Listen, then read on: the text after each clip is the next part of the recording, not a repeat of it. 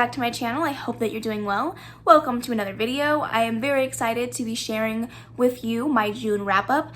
This is coming a little bit late, but you know, life kind of just got in the way these last couple of days, but I definitely wanted to make sure that I shared this with you. I am very excited to be entering into July. July is going to be a fantastic month. July is my birthday month, and it's just going to be so much fun, but before we get too ahead of ourselves, I just want to do some reflecting back on June. So not only will I share with you my stats, but all of the books that I read in June, so let's get into it. Okay, so in June, I read 4,722 pages, which is an average of 157 pages a day, which is insane. I can barely wrap my brain around that. But needless to say, it was a good month. I ended up reading 13 books in June, so that was really fantastic. And as for the genre breakdown, I read 3 contemporary romances, 2 nonfictions, 1 classic, 1 contemporary, 3 adult fantasies, 1 graphic novel, 1 middle grade, and 1 paranormal romance. I ended up listening to 113 hours of audiobooks, so that's insane. And out of all of the 13 books that I read, 5 of them had queer rep, and 3 of those books were written by authors of color. So I'm really trying to read more diversely, and I will definitely be tracking those stats to provide for you guys in the future, but I'm just letting you know, reading diversely is going to be a main objective for me the rest of this year and the rest of my life, but I want you guys to hold me accountable if I'm not holding up to that. And just please let me know if there's any books that are diverse in any way, shape, or form, by any race, and obviously queer books that you think that I should read, because I would love to get some more recommendations from you guys. Okay, without further ado, let's go ahead and get to the books. So the very first book that I read this month was Simon versus the Homo Sapiens Agenda. This book I did read for Pride Month. I had a whole stack of Pride books that were originally for a Pride-themed secret TBR, but unfortunately that whole video ended up having to be scrapped. The footage was corrupt and there was just no way that I could put it up for you guys. So I'm really sad that I didn't get to provide that for you. However, I did want to just talk more in depth about the books since you guys didn't get to see them in that particular video.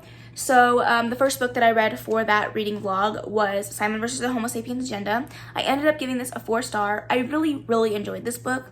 If you don't know what this is about, Simon versus the Homo Sapiens Agenda is about a boy named Simon who is in high school, and he is secretly messaging this boy named Blue through email, and he doesn't know very much about him in regards to his identity. However, he does know that they go to the same school, but they have just been messaging back and forth, and it basically what happens is that message gets seen by someone else at school, and he ends up being blackmailed to help this particular guy get into a relationship, or else he will leak the emails that he screenshotted to the world.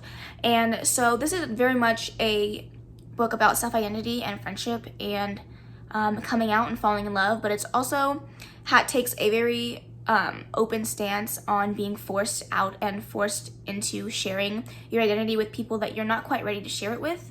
And I thought that was handled very well. I think that Simon's mindset on what happened to him was talked about. It wasn't talked about in great detail, but it was talked about enough where you know that what happened to him just should never happen to people. They should be able to make their own decision on when and where and how they come out to the people that are important to them. And that was talked about very well in this book. I really enjoyed the characters. I loved her writing. I think this was a fantastic first book to read in the month, and I would definitely recommend it. All right, the next book that we are going to talk about is unfortunately my first and only DNF of June, and that was The Scarlet Letter by Nathaniel Hawthorne. My track record with classics has not been great. I have read 2 and have disliked both of them, so that is unfortunate. I did give this book the best chance that I could. I listened to the audiobook of it and read along physically so that I can give this book a 100% chance to be great, and I just didn't love it. I didn't like the writing style. I didn't care for the characters. I didn't feel like the book gave me anything that was willing me forward, so about the 100-page mark, I called it quits. I'm sad that, again, this is another classic that I didn't enjoy, but I'm hoping and I'm praying that I will find a classic that I really just love. All right, the next book that I want to talk about is a nonfiction, and that is I Can't Make This Up by Kevin Hart. I really enjoyed this book. It was quite a long audiobook, but it was very good. Kevin Hart definitely has a way of making storytelling sound so much fun. Obviously, he's a comedian and he knows what he's good at. And so overall, it was a great book. I think I ended up giving it a 3 or 4 star. I'm not quite sure. But overall, I really enjoyed it. It's kind of hard to give a star rating to a memoir because it's about somebody's life, and how do you rate somebody's life? But overall, it was a fantastic book to listen to if you are interested in his story, if you want not only crazy stories but also really good advice. The entire book, he is really imparting some awesome wisdom on you about how to generally just be a good person, as well as how to succeed in life as a whole. And I think he did a very awesome job at balancing the two, like very lighthearted but also really important lessons that he could impart on you that he's learned in his life, which was fantastic. I really enjoyed it, and if you're looking for a good memoir, a funny memoir, I would recommend that one. Okay, the next book that I want to talk about is a book that I am so excited that I get to shout from the rooftops about, because I loved this book. I love this book so much, and that was The Anti-Opportunity Pact by Katie Wimser. And if you guys don't know, Katie is a booktuber here on the booktube community, and she is fantastic. If you guys don't already follow her channel, I will leave it in the description box below. Please go check her out. And in June, she came out with her book, The Anti-Opportunity Pact, and it was incredible. I ended up giving this book a 5 star. It did take me quite a bit of time to get through, but it was because I was in a huge reading slump when I started it, and it just wasn't the time or place for me to read it. But once I got to the end and really reflected about what this book offered as a whole, you just realize how important and how impactful the book was. And for that, I couldn't give it anything less than a 5 star. I loved the characters. I loved everything about the way this book was handled. And I know that she ended up getting a lot of hate for this book, but I think that it was handled beautifully. I haven't even talked about what this book is about. It's basically about this girl named Meredith and her best friend. They make a pact that before the end of high school, they will lose their virginity. Now, the downside to all of this is Meredith's family is very, very religious. Her father is a pastor, and her parents strongly believe in the Bible and everything that it stands for. However, Meredith, from the very beginning of the story, is very clear with her views of religion, and she doesn't necessarily believe in everything that the Bible teaches, and she is really struggling with figuring out how to be honest and truthful to her parents about where she stands in the regards of religion. And while this is all happening, while she's having that inner turmoil, she's also now pushing herself to get outside of her comfort zone and essentially start dating a guy that she really, really likes, with the intention of fulfilling the pact. However, once things start to move forward, the pact is no longer important to her. However, the pact does eventually get out into the world, and that causes a ton of problems for Meredith, not only in her school life, but also in her home life. And this book does have a ton of trigger warnings. I will leave them all in the description box for you. There is a lot of stuff that's talked about in a heavy regard. Bullying, slut-shaming, obviously the topic of religion. If you guys are not comfortable with that topic being argued, then that's not something that you would enjoy. There's also a scene that has a dogfight in it. And all of the things that I'm talking about here, I believe, are handled so well. So well. The topic of religion was talked about so gracefully.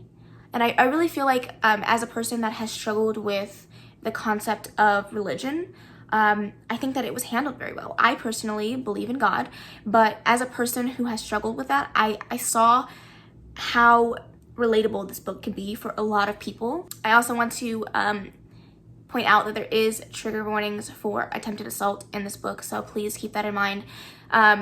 But I think that overall the book was fantastic. I'm not going to go on too much about this. I feel like I've talked about it for a long time, but it is a fantastic book. All in all, the storyline all the way up until the end was very, very enthralling and gripping, and I felt like the writing itself was very beautiful. I did struggle the first couple of chapters getting into it because I felt like the writing was a little bit juvenile, but I definitely feel like it progressed as we went on, and as we went on, I loved the story and the characters and the writing even more. So I really recommend the book. If you guys are interested in supporting a booktuber here on this community, please do it. It was a fantastic book, and I cannot wait to see what else she comes out with. All right, the next book that I want to talk about is What If It's Us by Becky Albertalli and Adam Silvera.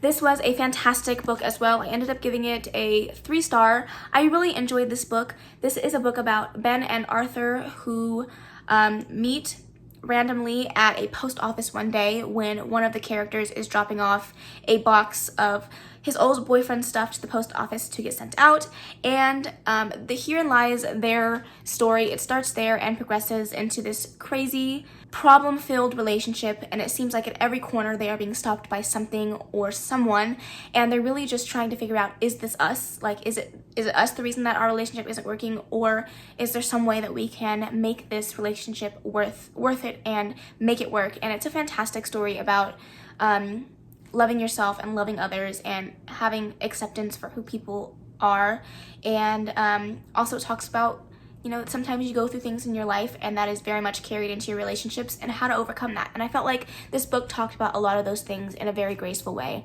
And I really enjoyed the collaboration between the two authors. I definitely felt like there was a difference between Simon versus the Homo Sapiens Agenda and this book, seeing as Becky Albertalli had a part in writing both. Obviously, the first one was her own book, but I definitely felt like there was more depth to this book with the two authors writing it, and I would definitely want to read more of their works separate and together, and would definitely recommend this if you're interested in a queer book that is really good. All right, the next book that I want to talk about is a fantastic book, a book that I loved so freaking much, and it was the biggest surprise of this month, and that was Pet by Aweke Emezi. I still don't know if I'm saying that last name right, but I'm just going to pray that I am and move on. But this book was fantastic. Fantastic. Not only does it have trans rep, but it also has a Black man character, and the book is written by a Black author. And the book was just overall fantastic.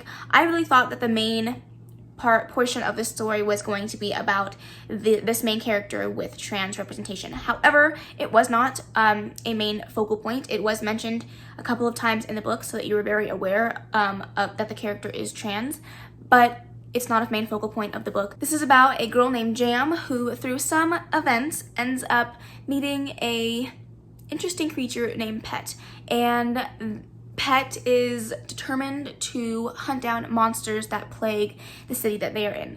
I'm trying not to share too much about this book because it is very short, and I want you guys to experience it for all that it is. But it really was a fantastic book. I'm just going to talk about really the symbolism that this book is, and less about the synopsis because I don't want to give too much away. But this is basically a huge metaphor for what humans are capable of and the monstrous things that us as individuals are capable of, and things that we see on a daily basis in the world that we live in, and how much we're willing to accept. And I just really thought that it was a fantastic book. It really opens your mind. It's a fantasy, but the metaphor in this book is just, it's there from the beginning and it's very prominent to the very end. And by the end of the book, I was just blown away, not only by the writing, not only by the beauty of what the story is, but the characters were fantastic, and I was deeply saddened by the end when you come to terms with what this book is. And it's fantastic. I don't really know how else to talk about this book, but I really 100% recommend this, and if you get the chance to pick this up, please do it. All right, and then I picked up a graphic novel. This was the last book that I read for my Pride TBR, and that was Laura Dean Keeps Breaking Up With Me. And I didn't love this. I gave it a 3-star. I thought it was okay. Now, a 3-star is a good rating, but keep in mind it's a low 3-star. I just didn't care for the relationship in this book. It was very destructive and just not good representation for a relationship. And that's kind of the whole point of the book. It's not supposed to be a good relationship that you're seeing here, but the amount of times the character would go back to this basically abusive relationship, it just didn't feel good. Like, reading it, I just didn't feel good. I just kept feeling icky, and I guess that's really the only way I can describe it. I didn't care for the characters. I don't think that the character development was there. But that being said, I have yet to read a graphic novel that I've absolutely loved, and I don't know if it's just because graphic novels are so short and there's not enough space between the pictures and the words to build that character and the depth that I need. It just wasn't there for me. It wasn't it. I did give it a 3-star. It was okay. If you're looking for more graphic novels that have queer representation, I mean, yeah, I would recommend it for that. It is a female-female romance, and for that, I think that that's awesome, but it just wasn't something that I would ever read again, for sure. And now we're jumping into adult fantasy, and I was very, very scared of this book, but I had such high hopes for it, and that is Nevernight by J. Kristoff. I buddy read this with Caitlin from the Lit Review, and it was so good. It was so good. I didn't give it a 5-star, even though I think deep down in my heart I wanted to, but there were a couple of things in this book that I just couldn't let go, and for that I just wasn't able to give it a 5-star, but it is a very high 4-star. This is about Mia Corvair, who is going to a school for assassins to train to become an assassin so that she can get revenge on the people that killed her family. And this book definitely surprised me because I didn't think that I was going to be as enthralled by the story as I was. It definitely is a story that keeps you intrigued and entertained until the very end. The actual characters in this book I felt hardcore for. Trick is a character in here that I love with all of my heart and soul, and I can definitely say that this book made me mad and it made me happy, and I am so intrigued to know how the story continues because I think that there is so much promise for this world and these characters that I'm just very intrigued to see where they go from here. The world building in this book was fantastic. I think the writing was so beautiful. The amount of detail and time that you can tell that J. Kristoff put into writing this book, it definitely shows through, and I cannot wait to pick up the sequel. Okay, the next book that I read was also on my TBR from last month, and it was a book that I thoroughly enjoyed, and that was Born a Crime by Trevor Noah. This book was incredible, like so good. The amount of shit that Trevor Noah went through in his life and is still standing, a humorous and funny and kind man. It's crazy because his story is just off the charts, insane. He is basically the title. He was born a crime. He was born in a time where there was this thing called the apartheids, where it was illegal if you were a mixed child, and so he lived a very crazy life full of adventure and mischief and just craziness, but it was a fantastic story to listen to because it really makes you grateful. It makes you grateful for the world that we live in and the amount of privileges that we have in America that people don't have. And it was just a fantastic book. I mean, the very last chapter, mind blown. I was sitting there listening to the last chapter and I was like, this is insane. This is insane. But it was so good. I ended up giving it a 4-star. It was a fantastic memoir. If you haven't already read it, please do. I think that you can get a lot out of this book because you get to take yourself out of your own situation and put yourself into somebody else's situation and become so extremely grateful for the life that you have and appreciative that there's people able to tell the stories that they can, because it was so good. So the next book that I want to talk about is a book that I'm going to try my hardest to explain, but it's just I didn't really listen to the story as well as I should have, so I'm going to try my best. But this is The Long Ride. I did pick a different audiobook out of my out of comfort zone TBR jar last month, but the one that I was supposed to listen to unfortunately wasn't available anymore, so I just picked another one, and this is the one that I ended up with. And this is about 3 girls who are best friends, and at the end of the school year, the girls are told that they are going to be sent to another school to help with integration. This is set historically in the past, and they are in New York, where integration is just first becoming a thing. And so they send these 3 girls to this school, but one of the girls ends up going to a different school, so it's just the 2 of them. And it does talk a little bit about race, and it's a middle grade, so it was talked about very lightly. And I'm really struggling to put this in a box for you because I didn't really understand it. The audiobook was kind of confusing, and the characters weren't super defined, and the writing wasn't fantastic. And halfway through the book, I knew this was supposed to be about integration, but I couldn't even figure out the what the main characters were identifying as. And so it was very hard for me as a listener to empathize with the story that I just couldn't quite understand. I think that it did have some good topics about race, especially for younger kids.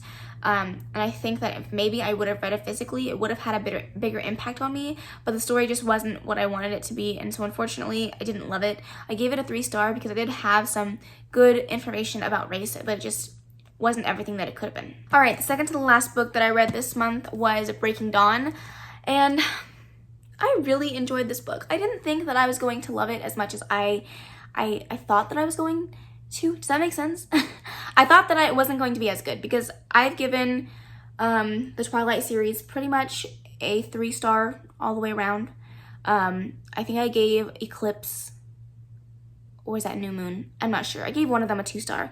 And I didn't think that I was going to love this book. I ended up giving this a 4-star. I really enjoyed it. It was a fun read. It was a chunky read. Don't get me wrong. It was huge. But it was a fun read. And I don't really remember the book as much as I thought that I did. And so getting the perspective of Bella after she becomes a vampire and that whole portion of the book was just so incredible because you're finally getting to see the inside of a vampire's head after all of this time, and it was just so much fun. I really enjoyed it. The intrigue was there, the excitement for what you know is coming at the very end was there, and I just really enjoyed it overall. Not gonna talk about this too much, you guys all know. So I'm officially ready for Midnight Sun to come out, but overall I really enjoyed it. All right, now the next book that we're gonna talk about, I might gush about this for a little longer than necessary, but we're gonna talk about it because it's my favorite book of the year. Oh yeah, I said that. Before I read this, Pet was my favorite book of the year, and then I read this book and it just pushed everything out of the way, and now is my favorite book. And can you guys guess? Can you guys guess? Woo! Baby! I loved House of Red and Blood so much. I have not stopped raving about this book. I had book hangover. I read this so fast. This is a 27-hour audiobook. 27. And I read it at 2.5 times speed. So I read it pretty quickly and I loved every second of it. I know a lot of people said the first 200 pages are really slow, but I loved it. There was so much world building and getting to know the characters and who they are as people. It was just so fantastic. Now, listen, I'm going to butcher trying to figure out how to explain this book to you, but I'm pretty sure you guys all know because who hasn't talked about this book? But this is an urban fantasy about Bryce, whose best friend is a wolf, and that wolf is in charge of a pack of wolves, and they're basically the most powerful pack of wolves out there. And you basically see this extreme friendship between Bryce and Danica.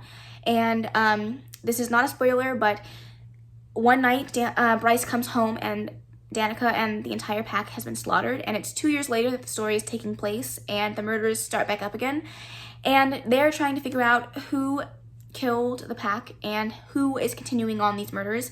And Bryce is basically forced to work with an archangel named Hunt, who is steamy and beautiful and the love of my life.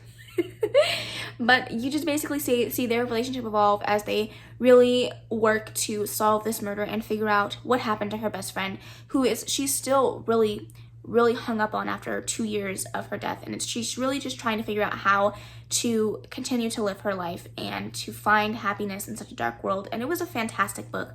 When I tell you that I was reading it at 2 o'clock in the morning sobbing, let's just talk about that, okay? The book was fantastic. It was so fantastic. I would definitely recommend that you read this. It was hands down the best book that I have read. If I haven't already said it, I gave it a 5-star, obviously. And if I could just share my love for this book in more ways than just talking about it, I would. But it was incredible. I'm so pumped for the second book. And September 2021, please come already because I need it in my life. I just need it. All right, these are all of the books that I read in June. It was quite a fantastic reading month. I definitely got some big books knocked out of the way for sure. And I am just so happy for what June provided for me. And I'm even more excited for July. Like I said, my birthday month, so you know those books are gonna be rolling in. I'm supposed to be getting a new bookshelf this month, so yay for me. I'm so excited for that. But I'm just so pumped for the rest of this year. 2020 has been a shitty year, but finding some joy in it is my goal, and I hope that is yours as well. That's not negating any of the things that have been going on in this world and things that we still have to fight for and things that we still have to work towards, but finding joy in that. There's nothing wrong with finding joy in the world that we live in, but still fighting for the future. So thank you guys so much for watching. I know this was quite a long video. If you made it to the end, you're a true one, but I love you guys so much. If you did enjoy this video, please make sure to give it a big old thumbs up. Don't forget to subscribe before you leave, and of course, leave any comments, questions, and suggestions in the comment section below, and I will see you in the next video. Bye!